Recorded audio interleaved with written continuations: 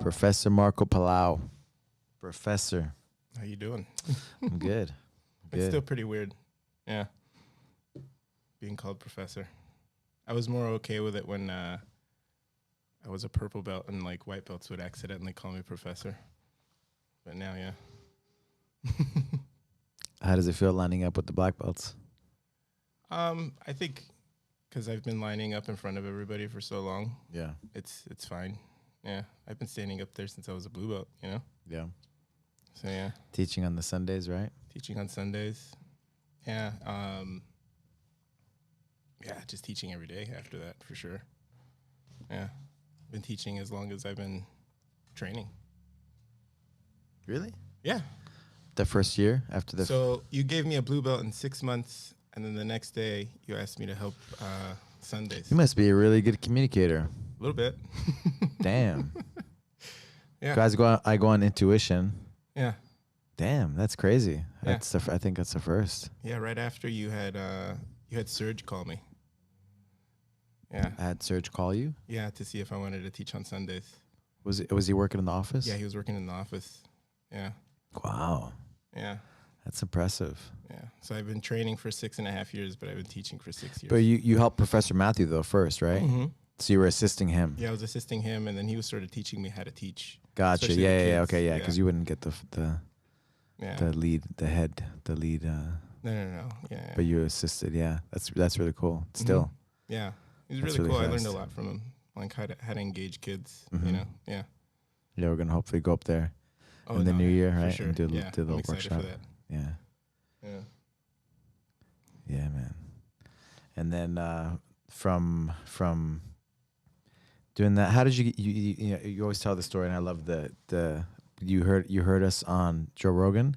Yeah, I About heard us? you guys on Joe. It was Joey Diaz, and he was wearing like a big Legacy T-shirt, and then he was talking about you. Mm. Yeah, and then you mentioned that it was in Burbank, and yeah, I just You were close gave you guys by. a call. Yeah, I was in Sunland. Yeah, it was pretty cool. And then I came in, you gave me like a huge gi. It was like an A6 Gracie Baja gi. It fit me like a weighted blanket. Mm. And then, yeah, a week later I signed up. What made you stay? What made me stay? Mm-hmm. The training. I just learning something new, Mm. you know? Yeah, and then learning something new every day, Mm. and then learning how to apply it. Yeah, just keeps your mind sharp. And then the community. Mm. Yeah. It's funny how like the community of white belts kind of they start to grow, whether they start to weed out, and some people tend to leave. Mm. And then when you start doing the advanced class, everyone there starts to stick together, and that becomes a community. Mm. Yeah. Who were some of the white belts that stuck around? Not a lot of them. I You think I remember was you remember last the one left. you remember the blue belts. Well, I remember the blue belts. Surge is the Serge was the only one that was a white belt when I started, and then Eric and Josiah were blue belts when I started. Mm. Yeah, and Leo. Leo. He was our top blue belt. Yeah, he was The the best. beast. Yeah. That guy was the best.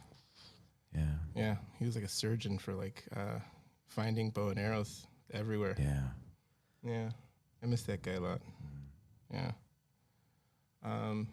Tarek was there. Mm. Yeah. Yeah. There was like an old photo of us, and yeah, there was only, I think Tarek and I are the only ones that stuck with it. But yeah. He's helping in Pasadena. Mm-hmm. He's teaching. He's a good coach. He has his own I took class. one of his classes. He's a good coach. You did at Yeah. nighttime? Mhm. Cool. Yeah, Yeah. he's well spoken too. Yeah. And he really loves it, which is cool. Yeah. Yeah. When did you start teaching? Did you start teaching kids? No, because back in my day, there weren't really kids. Uh-huh. So you just started with adults? Mm-hmm. Yeah. How long into training were you teaching? To training. So we started the class, and then when I came back from Brazil the first time. And you were in Brazil for how long? The first time I went for 6 months. For 6 months? So Mhm. 6 months into training, you started teaching. I had trained for I think for a year. Okay. and like just like local, like the local coach, you know, Mm-hmm. instructor, which started you know, a pretty good group. But In Brazil? no, it was in New Mexico, Okay. and then Amal went down to Brazil for 6 months, and then he came back, Mm-hmm. and then 6 months after that, I was like, I want to go back. I want to go to Brazil with you, because we started training in his garage every day, Yeah. and I started learning all these, like, you know, crazy techniques, and then I moved down. And so after I came back from Brazil, after another 6 months, I started teaching, because there was nobody else. That I had to start the group. Yeah. And you spent how long in Brazil? Well, all together, like I was there for like 5 years, you know, on and off, you know, just for different times. But there was a time that I spent like 3 years straight, Yeah. pretty much, you know, that down there. Crazy. And then, but the first time was 6 months, and then I came back and I started a class. Well, there was nobody else, Mm-hmm. and I had one of the guys that I started with, because I was a kid. Yeah. And so he had a basement. He was trying to open up a brewery and hit some snags with the city and things like that. Mm-hmm. He's like, I have this space in this basement. It was in a really good area too. Yeah. Did you get your black belt in Brazil? I got my black belt in Brazil. Mm-hmm. And how long did that take? Well, the whole thing, I was like 5.5 years is how long the whole thing took. Yeah. But yeah, I got in Brazil, but I came back as a brown belt. But I started teaching when I was a blue belt as well, Mm-hmm. That's cool. because, you know, that was still coming up, you know. Yeah. So there was nobody teaching, Mm-hmm. so I was the only one with the knowledge, you And know. that was like the late 90s, early 2000s? That first class, the first group was 97 that I taught. That's nuts. 97. So what is that? How many years ago is that? I was 9. Yeah. You're 9 years old, yeah. So Yeah. that's like 25 years ago. Around there, yeah. It's crazy. Yeah, 25 years ago.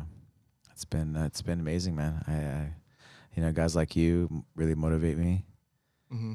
to give my all, you know, every day, and see you guys grow and get good and be healthy and help others, Yeah. like For with sure. what you do every day, you know. And it's really cool. It's really rewarding. Yeah. And I'm sure you feel the same, Well, right? of course. Yeah. It's always good to be like a presence on the mat and like earn that title of like having, you know, that presence in the gym. You know, it's weird now as a black belt, just having people like shake your hand, and it's crazy how, because as a brown belt, people would get on the mat, they would shake your hand and all the other black belts, and then they just kind of look at me and wave. And Marco. And then, oh hey, yeah. You had a joke you would tell everybody almost every single day, like, hey man, you're gonna get promoted today. Yeah, I like to keep everybody on their toes, you know. And so then when it was your turn, like, are you gonna get promoted today? Like Yeah. the year with everybody was in on it, right? Oh yeah, everyone did it every year. Yeah. Like not every class, but yeah. Yeah, especially for like the big graduations, or like even the Pasadena opening. Everyone kept telling me I was gonna get something. Like, okay. But yeah, little by little, you start to believe it, and you're like, and then you try to expect it, and then it doesn't happen. And then this past one, yeah, You know, I my tell whole people. family showed up, so I was like, oh no. You asked me like, should I invite my family? Like, I would invite my family. I don't tell anybody, right? I didn't tell anybody. We're gonna have to be changing that now. Yeah, You know, but yeah, I was like, yeah, invite your family. Invite your family. it's an important thing, man. Yeah. Yeah. How do you like the graduations now? Do you like that more than promoting people on the mat? What do you mean, like as a big group? I think the especially for black belts, I think that's where it's at. Yeah, that one I agree with. Because you have everybody celebrating Mhm. like just that moment in time of Yeah. accomplishment Yeah, and excellence. yeah, So I think it's phenomenal. I think you can't beat that. You know, everybody's No, screaming and it's a huge that ceremony. energy you Yeah. feel, like it's crazy, Yeah. right? Is it crazy? Oh no, it's amazing for sure. I love it. Yeah, but like the color belts, I like that doing it in the class the most because it's their man. moment, You know, yeah. You know, Which I like totally we get. get some, and it's Yeah. good because some people like arrive a little bit late, and Mhm. it's kind of good. You know, we don't have that many, but you know, we Yeah. have some, and it's cool. It's Yeah. cool. But it's, you know, It's a it's good feeling, it's the too. black belt graduation. You know, that's Yeah, really the what it's black at. belts, But I don't kinda like announce a it, and I thing. think we're gonna be changing that. But I don't know. We'll see. We'll see. Yeah. I mean, it gets to a point where you have too many people that you can't really. Because you don't have Keep up. time. Like I think it's it doesn't matter. You know. Yeah. I think the good thing is like just not knowing. You know, when you're gonna get your belt. Mm-hmm. You know, I don't know. I shouldn't say that either. You know. You know, because not knowing when you're gonna get it. You know, but there should be a little bit like maybe you're not gonna get it Mm-hmm. ever. Yeah. And I think that helps you like just focus on what really matters. Mm-hmm. Yeah, for sure. You know what I mean? Yeah. Like you feel entitled or I did these amount of classes. I don't know. Like you just put your head down and work and Yeah. do your best. You don't feel that it's just about attendance? What's that? You don't feel that it's like just about attendance? No, of course not. It No. shouldn't be. It shouldn't be. It should never be like that. Mm-hmm. You should like earn it. You should have to face adversity, face yourself, you know? And part of that is attendance is big because, you know, you're facing yourself in the mirror, Yeah, like and showing up. Yeah, Showing for up sure. is hard, is you know, like most of the battle. Mm-hmm.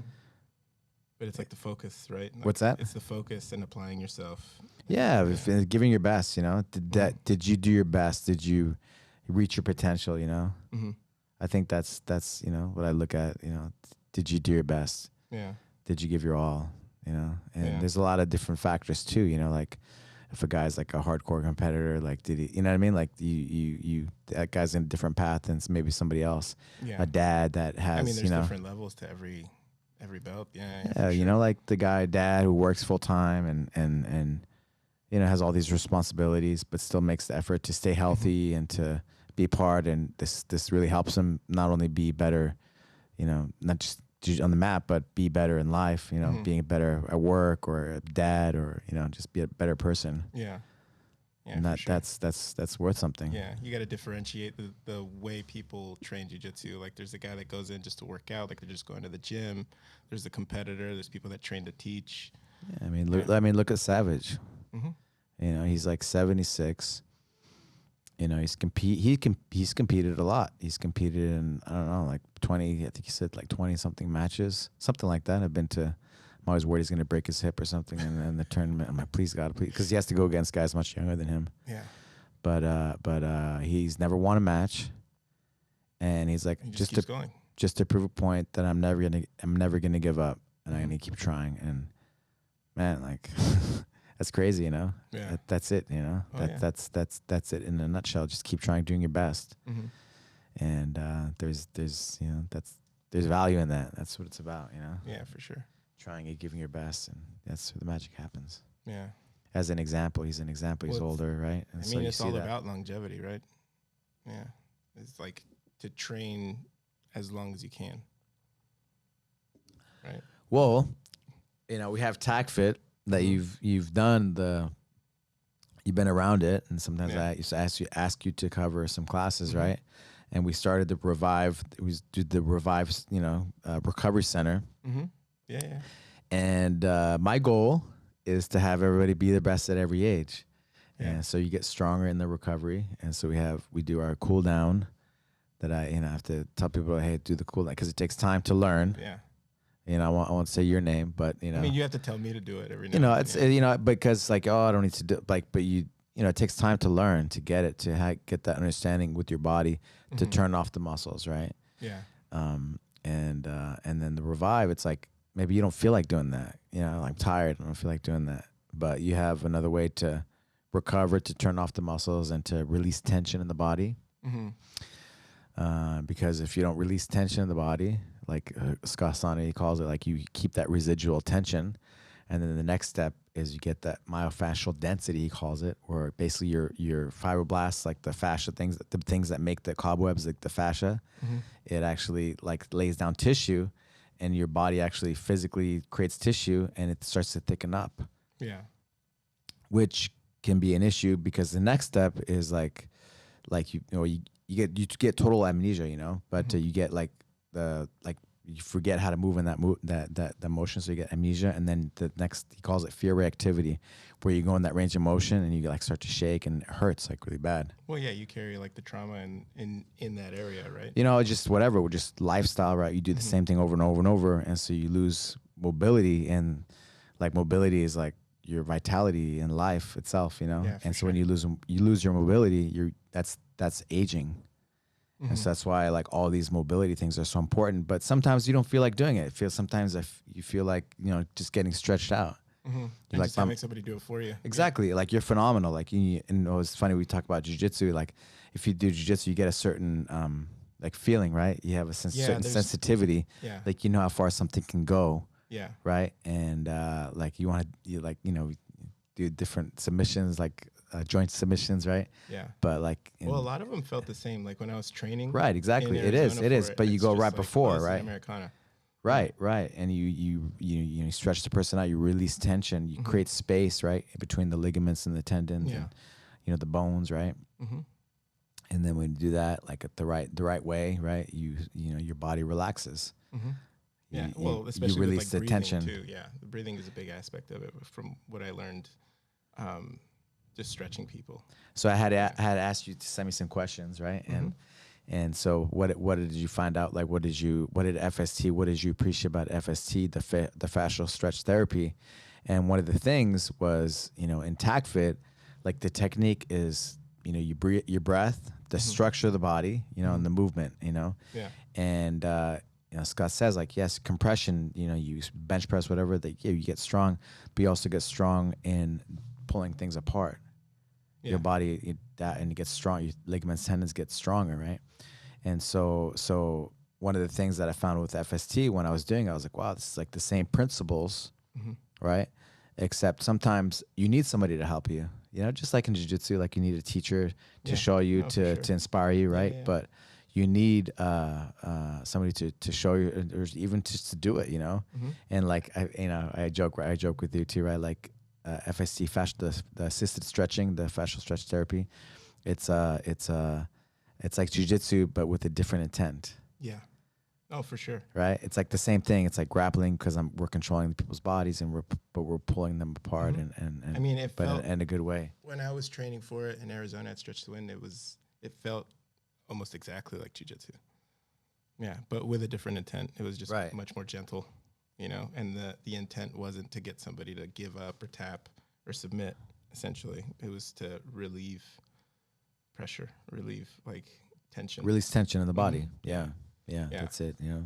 But it definitely felt like I had like an upper hand when I was watching all the techniques that I was learning.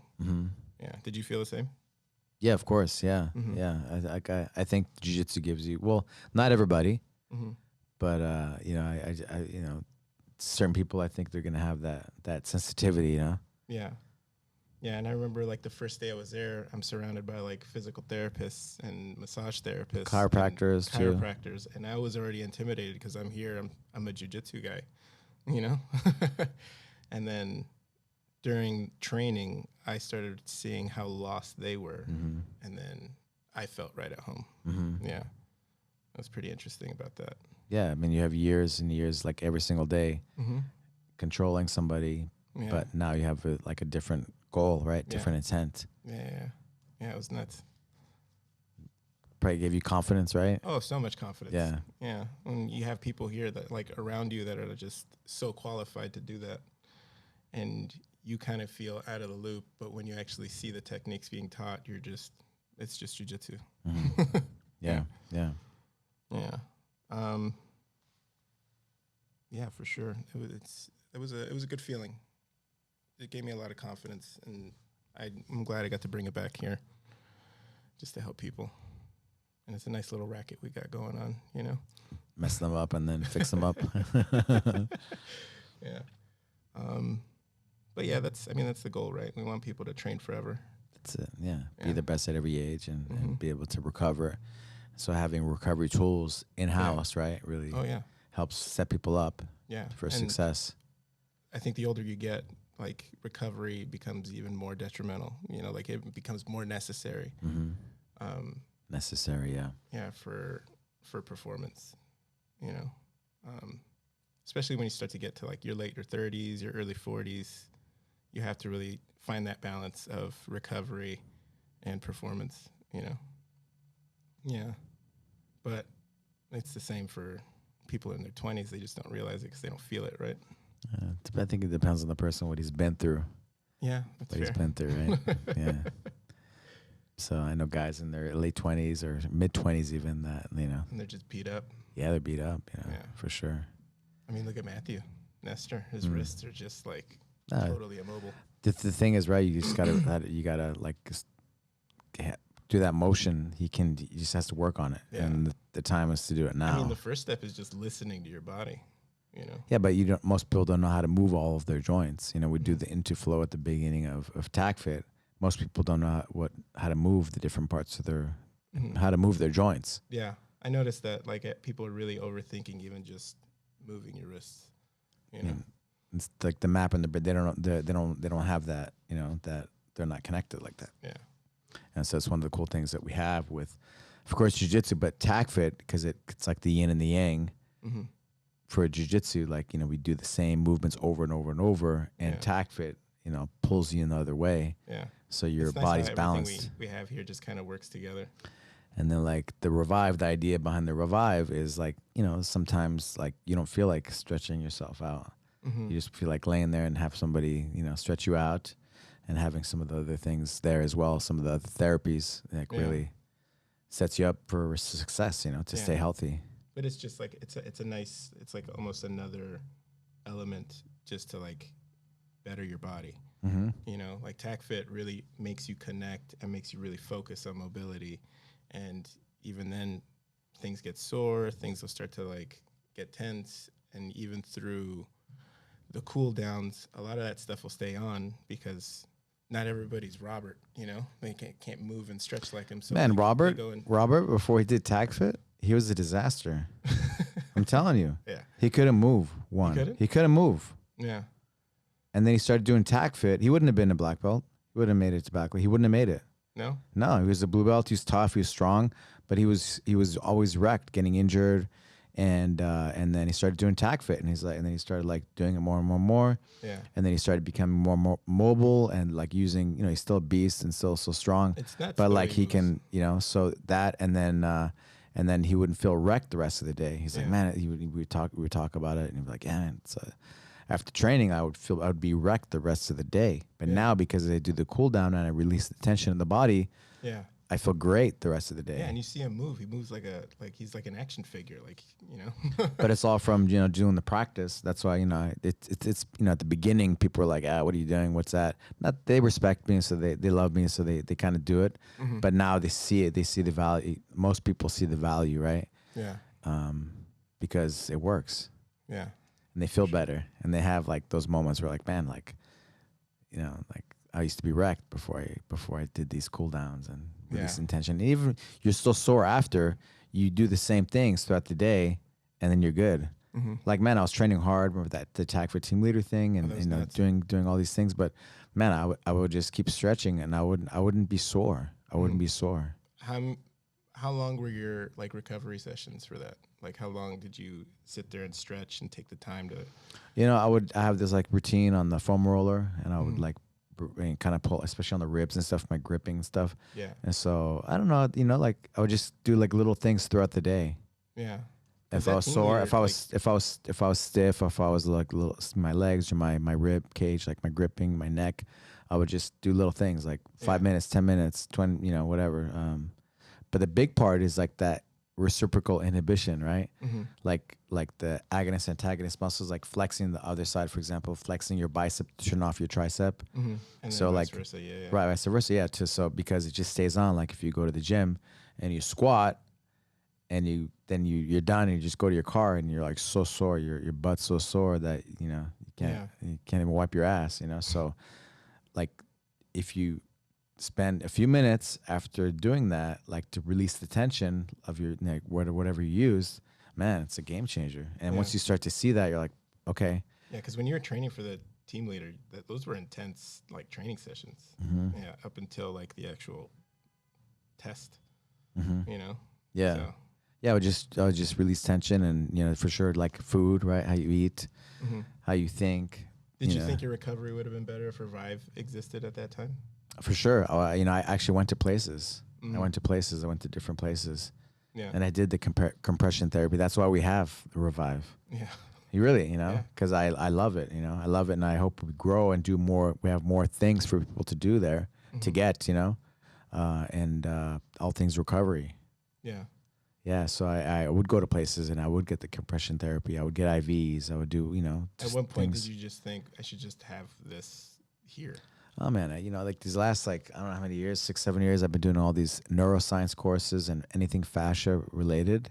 You know, I did that fascial dissection. I dissected down to the bone. I did a dead body Yeah, I remember to that. try to understand like how our ligaments and tendons and just how the body works. It's just like it's crazy. Like we're Yeah. like aliens. Like we have no idea how we work. Yeah. Or our bodies Like are human machines, connection you is know? just Yeah. like the Wi-Fi. Like it's crazy, you know. Like we're talking now and just how we're interconnected without even being touching or whatever, but being close to each other. It's just crazy. You know, we have no idea, and it's cool listening. I went to that Fascia conference in Berlin all these years ago, and listening to the main guys there, like these Nobel like prize nominee guys. You know, like the top of the food chain types of people. Yeah. And they're humble enough to say like we think, but we don't know. Like we don't know. Well, We don't know anything, you know. I mean, that's a true sign of intelligence. Is That's admitting it, that you know. don't So anybody that says like I know it all, this is the way it is, like you don't know. Yeah. These guys are saying we don't know, Yeah. For sure. That's nuts. but we do know, like subconscious, like you have a feeling, is this good or not? And all the stuff that we do, like I really believe in, you know, like the assisted stretching, it's phenomenal. It's great because you have your clothes on. It's like a bar. I know we talked about this. Like it's like a barbershop. You go and hang out, and you like recover. It's cool, you know. Yeah. Yeah. You listen to music. Yeah, get super stretched, and you relaxed. know, talks to you or not, or you just want to list. Like depends on the guy, and you have that intuition. You know, you Yeah. have enough people skills to know, like, yeah, this guy, just let him be, let him like sleep, maybe even sleep. Sometimes I Oh sleep. yeah. Yeah. It's nice to see people come in and they'll get on the compression pants and they'll just sit down. They'll work and they'll just kind of hang out for like an hour or two and just get some work done. Yeah, You know, it's cool because it just feels like, you know, they just kind of come in, do their thing. Yeah. it's It's a cool good feeling. seeing like pregnant ladies coming and in, it right? helps. I shouldn't say pregnant guys. Pregnant guys. I mean, Pregnant ladies. 2022. But yeah, I noticed a huge difference with the compression therapy with pregnant women. Like their feet were all their swollen. feet are like they look like loaves of bread, and then half-hour session in the compression sleeves, it's down to normal. Yeah. Yeah, yeah. I remember we have one. She comes in pretty regularly, and her hands are always pretty Swollen. So I'll put her in the Pregnant? she's pregnant? pregnant. She's like 8-9 months pregnant. Nice. Almost. She'll come in, and I'll put her in the compression sleeve for the arm, but I'll leave her hands a little shallow, and it just squeezes all of that stuff out. Yeah. Yeah, and her hands come out, and they're normal. Nice. Yeah. Yeah. It's nice because you can just sit there and it just does it, right? Mm-hmm. And then, you know, when I fly, like Adit, her ankles get really swollen. Mm-hmm. And so I have her do ankle circles, one direction, the other direction, all into flow stuff, right? Mm-hmm. And it totally like makes stuff move. Yeah. The liquids move and it doesn't get as swollen. You just keep doing it throughout the flight, you know. When And you it's start just to blood feel flow, that. right? That causes It's the everything, swelling, like probably. fascia, like blood, all the liquids, you know, Yeah. because there's no like, it's just blood. No, it's like if you break down the fascia, it's like you know, liquids, all types of liquids. You Yeah. know? I mean, we're You know, like fluid. the inflammation. It's like what's inflammation, right? It's like from your immune system, like your brain sending like to protect it, right? Mhm. And Yeah, so it's just your body moving trying it to fix gives itself. feedback to the brain to relax those areas, and then the inflammation goes down.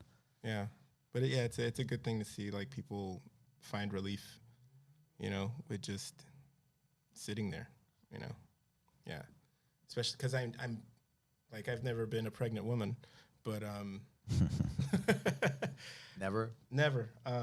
But like you could tell that, you know, like, especially this one lady, she comes in and she's clearly uncomfortable. Yeah. And then by of the time course, she yeah, leaves, barely she's walking, like, feeling good. yeah, That's awesome. yeah, that's nice.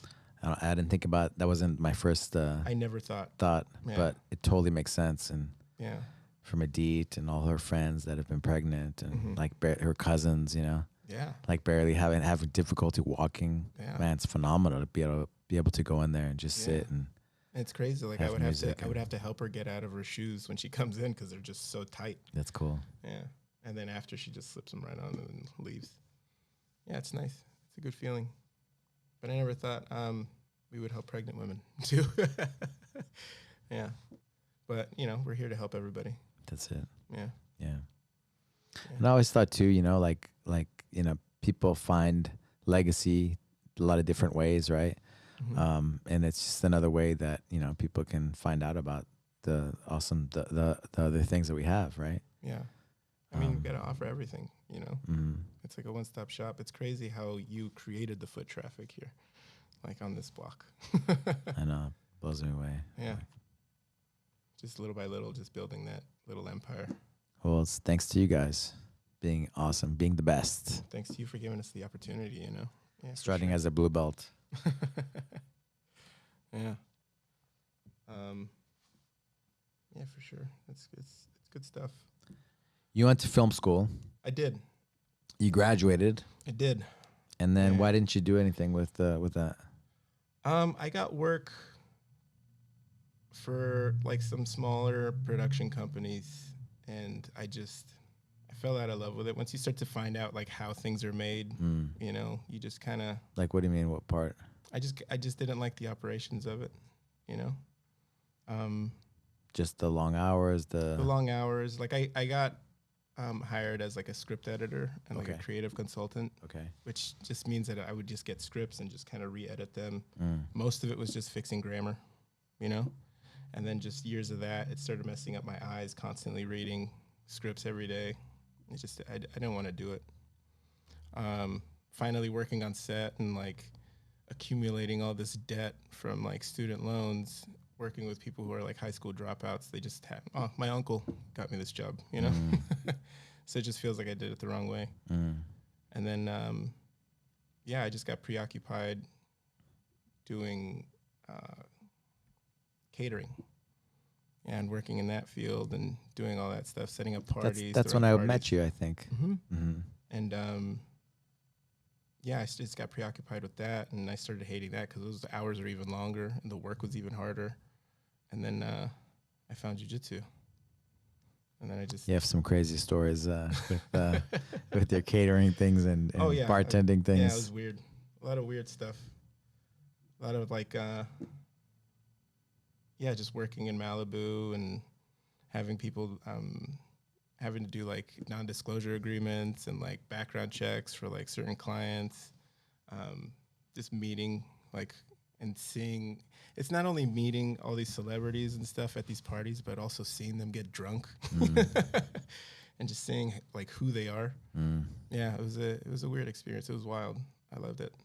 That was fun. But cleaning up and setting up and all that stuff was just a pain in the ass. What made you want to go to film school? What What motivated you to go down that route?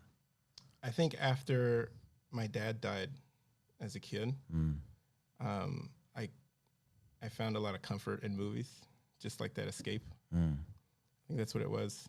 My family and we would start to get together a little bit more and watch movies together. Yeah, we would have like regular movie nights, especially after that happened. And then, yeah, I just wanted to make them. Yeah. And then in school, like throughout like middle school, high school, I really loved like English classes and like creative writing assignments. So like everything else I would just like blow off. But every time we got an assignment to like do something creative, I like create a story, write an essay, anything like that, I fell into it. Yeah. So I always thought like movies were gonna be it for me. But I don't know. I fell in love with jiu-jitsu. Yeah. Well, I asked you to help write a script for a legacy TV show. Yeah. And we got kind of a pilot thing going, and then we shot the little thing with Ben. Yeah. The little intro class, you know. It was good. Yeah. I liked it. And I don't know. I think with your personality and your skill set, I think, and what legacy is about, I think we need to share it, you know, with the world. And Yeah, there's for no sure. better way than with like TV and movies. But, you know, we talked a lot about it being a TV show. Yeah. A TV show would be cool, or like a really good web series, you know? Yeah. And we have so many personalities at this gym. Yeah. Everyone's so interesting.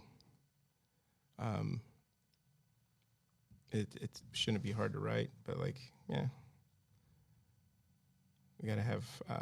It'd be good to have like a good team to get together to like a writing team. Yeah, maybe like you get the budget and those you get those sure. people. Yeah, for sure. But yeah. it was cool, you know. Like, yeah, well, it's gonna happen. Mm-hmm. It's gonna happen. It's gonna happen. You gotta will it into. No, for sure, it's gonna happen. Yeah. We have to share this energy that we have. Yeah. Like that you've And been a part of and created, and all you guys like amazing like teachers and environment and culture that we have. Yeah. Built into this community. Like we need to share that with the world. I think so. Yeah, for sure. And you gotta make it funny. Yeah, that's it. That's it. That's the, you know. Yeah. It's like, what's wrong with you, Marco? You're not the same Marco. I'm trying to be. What'd you say? Not professional. I gotta be corporate. You know? Corporate. I'm Starbucking. Yeah. No, but yeah, it's true. I do have to keep it professional. Yeah. But I still like to maintain my attitude. Though. No, it's amazing. You have the delivery. Yeah. That's I do get away with saying a lot of things. But yeah. Just certain things are, you know. But yeah. Overall, it's all good. Yeah. Well, it's about intent, right? You can say anything you want, but it's you have the intent. good heart. And yeah. It's all like out of. As long as you're not malicious. That's it. Yeah. That's it. How old was he? You know, you mentioned your dad. How old was he when you passed? I think he was. I'm sorry. How old were you when he passed? I was 11. 11. Yeah, I was 11 years old. That was tough. Yeah, I was, and like since my siblings are so much older than me, I kind of had to deal with that alone. Mm. You know, because it's hard to relate with. You know, my sisters are 20 years older than me. Wow. So I grew up with 3 moms, essentially. And then my brother's 8 years older than me, so he was always doing his own thing. He had his own interests. Yeah. So I did everything by myself when it came to, like, coping with that. But, you know. What do you remember about your dad? His cooking. His food. Yeah. But, like, it's not just the food. Like, it was delicious, but, like, the effort he put into it. Because he would cook for us every day. Mm. Yeah. And he would cook hours prior to dinner. Yeah, he would start everything, like, way early. Yeah. And it was just, you know, every time he would cook, he would put, like, a piece of himself in there, you know, every meal. But, yeah. And I guess as a kid, I kind of took it for granted. But, like, now as an adult, I realized how much I really appreciate it now. But as a kid, like, my dad was a chef, pretty much. He owned restaurants. And he had a few restaurants, right? Mm-hmm. Yeah, out in, like, Northridge and Chatsworth, that area. Okay. Yeah, and... Argentinian? No, Italian. Italian? Mm-hmm. Okay. Yeah, I mean, it's the food's pretty similar. Like, Argentinian food has a lot of Italian influence, German influence. Like, there's a lot of Europeans that migrated down to Argentina. But, yeah, I appreciate the food, and I remember that. It was always pretty good. Because especially my mom cooked amazing food, too. We never really got to eat fast food or, like, McDonald's or anything. And as a kid, I always wanted that. I was jealous of all my friends with lazy parents that just bought them McDonald's. Yeah. But now I'm just like, I'm glad we ate good. You know? Do you cook at home? I don't. No? You ever never find the time? Man, they're just so, like, Edith's mom is like, she loves cooking. It's like, it's like her thing. Yeah. And so if she's not cooking, then Edith's cooking. And, but I should make an effort to cook something, you know. They're just such doers and. Do you know how to cook? What can I cook? I've cooked some things, yeah. Some steaks, some chickens, and, you know, I can cook, yeah. Yeah. What's your favorite thing to cook? Probably like barbecue. Yeah. Yeah, Barbecue it's always the with most fun. some barbecue. Like Yeah. when you cook, you do like Armenian barbecues, and so Oh, yeah. they put me to do stuff, to cook the meat and stuff. That's so. good. Nice. Yeah. You gotta start cooking more, I'm man. worthy, yeah. It's a good outlet. Yeah. Yeah. Especially it's a good way to like share a piece of yourself to especially your families and stuff. Yeah. Yeah. Yeah. Yeah. Yeah. You're right. You're right. Yeah. You know? Yeah. It's a good activity for the kids too. For them to cook. Yeah. Mm-hmm. Get them to start learning how to cook. Yeah. Do you cook? Yeah, I cook. What do you cook? Anything. Whatever's in the fridge. Yeah. I'll make like pastas. My favorite is like barbecuing. I like to barbecue meats and stuff like that. Yeah. What kind of barbecue? Just whatever's available. I think everything kind of ends up turning like Argentinian because we just put chimichurri on everything. So like I love chimichurri. It's the best. There's a place. It used to be called Malbec in Studio City. Malbec something. Now they changed the name a little bit, but still Malbec something. Uh-huh. But they have the chimichurri. I love chimichurri. You can put it on anything. I put so much of it on the steaks and just on everything. Put it on my eggs, like whatever. Yeah. Yeah, that's pretty good. You can buy it, right, in the store? Yeah, you can buy it. It's not hard to make. Yeah. Yeah, it's just like I love parsley it. and Olive oil. a little bit of canola oil. Yeah. Lemon or vinegar. Yeah. Yeah, it's good stuff. But yeah, you end up putting it on everything. Stephen Ho made me some chimichurri. Oh yeah. Damn. It was pretty good too. It was real spicy. It was like a Chinese take on chimichurri. So it was like red, like chili oil. It was pretty good. Yeah. My mom even liked it. She gave him the thumbs up, Yeah, it was nice. But I still owe him some chimichurri. Like that's what he wanted. He's like, I don't want the jar back until it's filled with some that I made. Man, your sisters are 20 years older than you. Yeah. Wow. Yeah, my sisters are both in their 50s. So you're like an only child in a way. Vaguely, yeah. My brother's 8 years older than me. Mm. Yeah. So I was kind of, I did everything by myself. I just had to have like a bunch of friends that were my age. I never really had like anyone close. Were you to always my a big kid growing up? Like heavier? Yeah, like a chubby kid. Yeah, for sure. Yeah, I'm still a chubby kid. Yeah.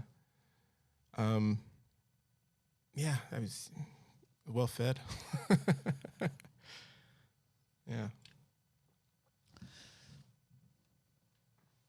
You're like, because you're a big guy, but you can move. Mm-hmm. And I remember you played football in high school, football right? In high school, I played baseball in high school. I was always pretty active. Yeah, I just loved to eat, which kind of maintained my girlish figure, But yeah, I always had like a bunch of physical hobbies. Like I played paintball a lot as a kid. Yeah, football, baseball. Played soccer a lot as a kid. We skated a lot. Skated. Yeah. Was always Like on skateboards. Oh, skateboards. Like okay. Yeah. Roller skating. I don't know. That's cool too. I mean, yeah. For sure. You skateboard? Yeah, I skateboarded a lot when I was a kid. Yeah. I think that's why I fell in love with jiu-jitsu so much, because it was just kind of the same vibe. Yeah, I think like people who do jiu-jitsu, it's kind of like the skating of martial arts, Yeah. Yeah, it's kind of the similar. Similar, yeah. Yeah. Skateboard culture. Yeah, it's Jiu-jitsu. a similar culture for sure. And it's cool because like just like skating, you can't really lie about it. Like you can either do it or not. And whether you can or not, people still kind of accept you. Like I didn't know how to do anything. I just kind of rolled around with my friends. I held a camera. I shot like little skate videos with my buddies. But yeah, and it's like that here with jiu-jitsu too. You either do it or you don't. You can't fake it.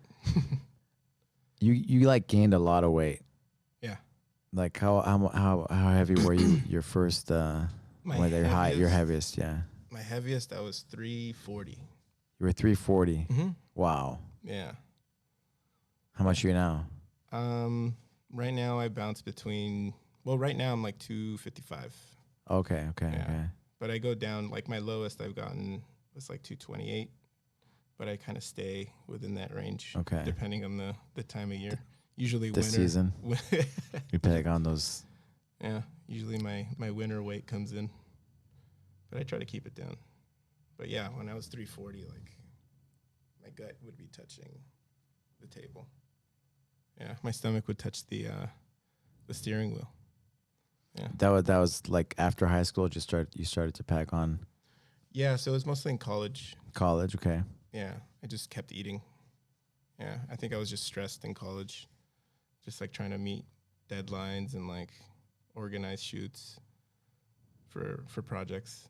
Yeah, and then just no time for physical activity. Like anytime I would shoot something, I would have to sit down and edit for hours, even days, you know? And then I would lose sleep, it would fuck up my sleeping patterns, and it just started to blow up. What was so you 340? You said 340. 340. Like, what was the step? Like, you have the story. I remember Felina. I was like listening to our other podcast, and how you got started in jiu-jitsu. Yeah, with the date that I went on. My lack of performance. You chased a girl. I did. And then we're just so out of shape. Yeah, but I was so out of shape. Out of shape, and then because of that, you're like, man, I got to do something. I got to do something. Yeah. Well, it was a factor of that was definitely a major factor, but like my breathing was always messed up. Like I couldn't really breathe. I mean, I would sweat when I ate. You know, that wasn't healthy. It's crazy how the body works. And then just thinking about like the family health issues that like I have in my family, like my mom's side of the family. It's all like issues through like neglect. So it's like diabetes and stuff like that. But it's all things that you could prevent, even though I'm more susceptible to it. But like if you stay healthy, you know, it probably won't happen to you. Like your dad passed away from a heart attack, right? It was a stroke. Mm-hmm. Okay. Yeah. He had a stroke when I was about 10, like a small one. Like he kept saying, I remember like his hand was always like going numb, you know? And little by little, like he would ignore it until he finally had to go to the doctor, and the doctor did a brain scan. He said, you've had like 4 or 5 like little strokes. There's a big one's coming, you know? And yeah, seeing that as a kid, just like having to grow up a little too fast. I think that was another reason why I started eating when I got older, just to kind of cope with that. But, you know, I realized and that then wasn't a and solution. then you found and then you let me the way you live your life now, like training and doing like healthy things. Do everything I have to stay healthy and just it's not about like the quantity of years. It's the quality of life that you live, and the quality time that you spend with other people, and the people you're around every day. I think that's what it's about. That's whether something you live long or short. Yeah, you know? That's something I really appreciate about you. Yeah. No, just you the things that matter, that are important. You know. You get it, and for sure. You value it. Yeah, and it's not like major things that I value. It's the little things that are the ones that really count. Yeah, for sure. Yeah. You got your nephews training. Yeah, and they're good. They're beasts. Yeah. They're animals, man. It's funny. It's crazy to see how like they just kind of evolved and developed their own little styles of jiu-jitsu, you know, especially Dawson. Yeah. Like during the pandemic, we were just smashing that kid for like 8-9 months. Yeah. And then when he started to reopen, you know, he started rolling with white and blue belts, and he was just wrecking them. So we just kind of bullied him into getting good. And now he's just, he's crazy. He's really fun to watch. Yeah. It's cool to see. I mean, everybody that finds like the jiu-jitsu lifestyle and just this way of life, like, you know, the friends that you have around you now are all like on the same the same path, right? Of living, trying to be stronger, trying to be better. Mm-hmm. You know? And it's nice because everyone kind of pushes each other and tries to uplift each other, you know? Yeah. There's no negativity. Nobody here tells you you can't or you shouldn't or you're wrong, you know? That's the beauty, like, especially here, you know, the people in your community here. That's a big deal. Yeah. For sure. It was nice. Your mom and your sister, like 3 moms. But it was your mom. Your mom, you know, she's very very outgoing and very what's the word? She has kind of the gift of gab, right? Like, oh yeah, you know, that's probably where I get it from. Yeah. And so it was really nice. She talks a lot of shit. yeah. But it was really nice. I had a moment, and you know, there's like 1 million people like around for the graduation, but she grabbed me and she had the flowers for you, and you gave her you know, you made sure you thanked your mom. And it was a special moment. Yeah, it was nuts, and like even my brother was there. It was crazy. Yeah. So, yeah, getting a black belt's a pretty big deal. Like, I saw my brother there. He was crying. Yeah. It was an event. Why was he crying? I don't know. I mean, you know, it's a big deal to get a black belt, you know, and he knows the struggle because he trains, you know. I didn't talk to my brother for like 6 years. And then to find out that he's training, he's a blue belt and all of this, and he's like teaching classes. What belt is he now? He's still a blue belt. But yeah, it's he understands like what all of us went through to get our black belts, you know. But I think that's probably why he cried. Plus, I'm sure he's proud. Yeah. His little brother, you know. I mean, I'm 8 years younger than him. I outrank him, which is pretty cool. Yeah, it was nice to see everyone there. And your mom, what did your mom tell you? What did she? It's like not even words, right? It's like just inside. Just kind of just seeing her face, you know. And it was nice to see her understand why I'm here all day, every day. You know, because she got it. After that point, like seeing it's a family, like she saw everybody crying when I got my black belt. Yeah. And like all the kids coming up and, you know, like grabbing me. Yeah. Yeah, she saw it. She understood. That was a good feeling. But yeah. How do you feel when you give out black belts? How do I feel? Yeah. How many have you given out? I did a count. It's like 70 something. 70 something? Does every single one still feel special? Or? Yeah, for sure. It's crazy. It's like a lot of years, especially this last class. Every class is special, but especially this last class. Like, man, you guys have been with like a lot of you guys like every single day for the last like 5-6 years. You know. Yeah. So it was like, you know, it was extra special. Just meant a lot to me, like personally, you know, because I'm like pretty much like living with you guys. Yeah. Like I'm gonna see you guys all day, every day. Yeah. So it was really cool, and everybody's special, and it means a lot. It's such an honor for me to be a part, you know, of your guys' journey, and to see you guys grow and, you know, become better people, and man, it's like so gratifying. I mean, I'm sure you know the kids you've kids and adults, you know, too, that you've helped become better. Oh yeah. You know, like you've seen the improvement in you totally changed their trajectory in life because of you, right? Yeah. Yeah, for sure. I mean, what is that worth? Everything. It's my whole career. It's why I do it. Yeah. It's I do things. I do it to make people happy. The service that I provide is like, I give people self-worth. You know, I give people another reason to believe in themselves. You know, by showing them that they're capable of doing anything. Yeah, especially something so foreign to somebody as jiu-jitsu, to somebody who's brand new. Yeah, kind of. I think I said it in my speech. You know, it kind of teaches you to drown out the negativity in your brain and just start to listen to the positive, you know.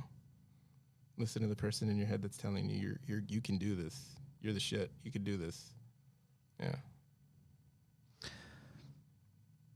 Yeah, that's it. Belief, right? Mm-hmm. If you believe in people. Yeah. I feel like for me, it's like therapy for me. Like I need it too. Yeah. It helps me. No, for sure. Yeah. Like during the pandemic, not, having the routine and if I don't teach or be there, be connected, like I get sad. Yeah.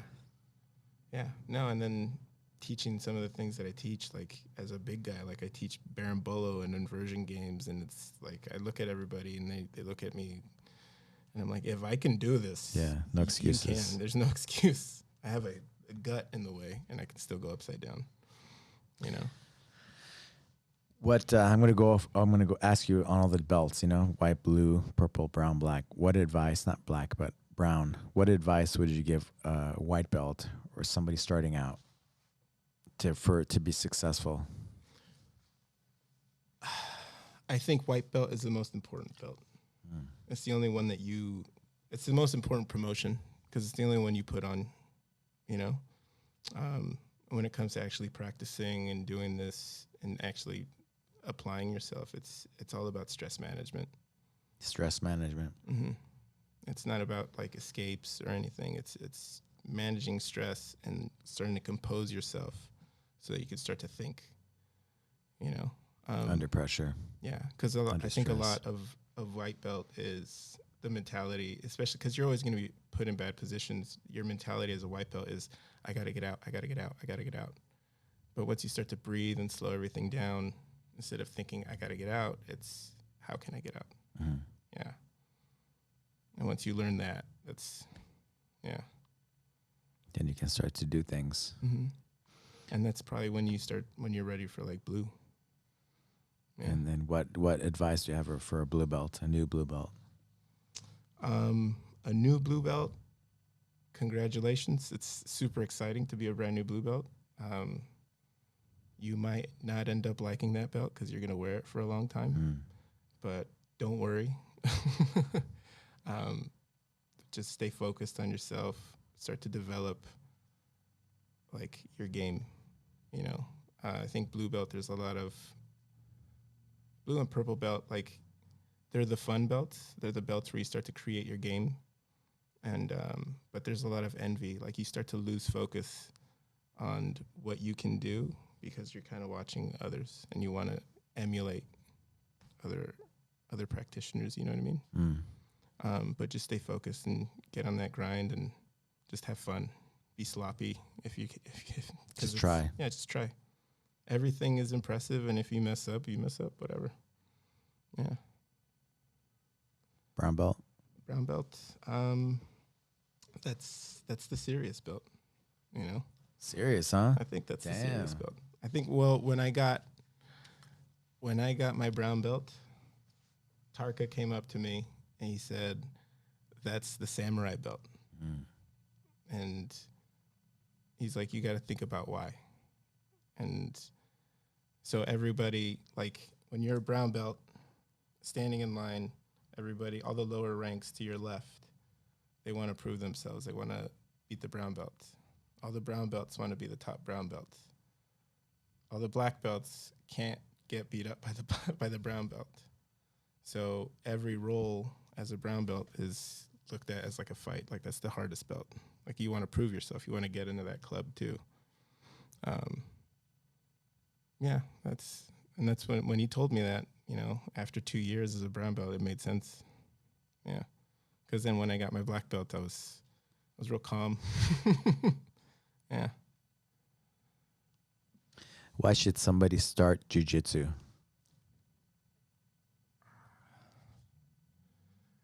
I don't think they should start jiu-jitsu. I think they should try it. And why should you try anything new? It's just learn. You're only here once. And I think if you're constantly learning something new, then that's the importance of life, right?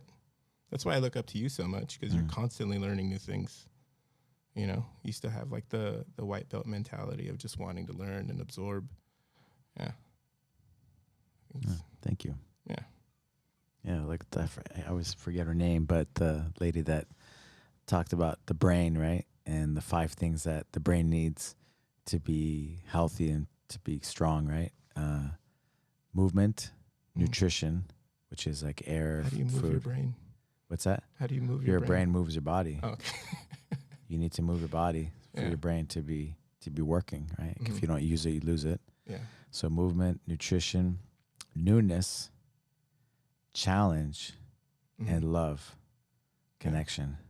That's all we need. And jiu-jitsu offers all of that. Yeah. Yeah. That's it. Yeah. Especially the problem solving. Like, I love that stuff. Yeah. Yeah. What do you recommend for anyone who's wanting to try jiu-jitsu? What do I recommend? Yeah. What advice would you have for a new white belt? For a new white belt? Forget about winning and losing. Just go through the motions and try to learn techniques. Yeah. So don't worry about get your ego out of the way. Just try to learn the techniques. Go through the motions. Show up. Get your routine. Yeah. And then with time, you're going to get it. Don't overthink it. Don't get in your own way. Just trust the process. Set your routine, whatever it is, twice a week, every day, whatever, 5 days a week. Just set your routine. Be consistent. Yeah. Don't overthink it. Go through the motions like drill, do the techniques, and then, of course, train a little bit of specific training at the end. Yeah. But don't get hurt. And that really sets you up to learn jiu-jitsu, especially at the beginning. Yeah. Because you didn't know anything. Like, what are you trying to prove? Yeah. I think that's one thing that I always did. Like, what kept me coming here every day was I would make the decision to train, whether or not to train in the parking lot. Yeah. Because it's easier to not train, or easier to decide not to train. Yeah. I remember you telling me that. You would just come in, and then you would decide once you were here in the parking lot if you were going to train or not. Yeah. And every time, most of the time, I would just train because I'm already here. Was there any times that you didn't train? Oh, there was like 2 times. Where two times out of all the hundreds and thousands now by this point. Yeah, there's a couple. There's like 2 or 3 times. I was just like, you know what? I think I'm just gonna get a sandwich and go home. Yeah. What got the better of you to do that? I think I hit 46 days in a row of training, like maybe 3 times a day, and I came in. And I sat on the couch and I fell asleep immediately. And just from exhaustion. And I was, I think, a year into blue belt. And then when I woke up and realized that I was sleeping, I woke up and you and other people were just kind of looking at me, sleeping. And I was like, well, maybe I shouldn't have fucking trained today. Yeah. One of the things I respect about you is like you show up, your consistency, and like your work ethic. Where do you think that comes from? I just want to be the best. But where does that come from? Where does it come from? That's just how I am. It's how I'm wired. Where do you think it comes from?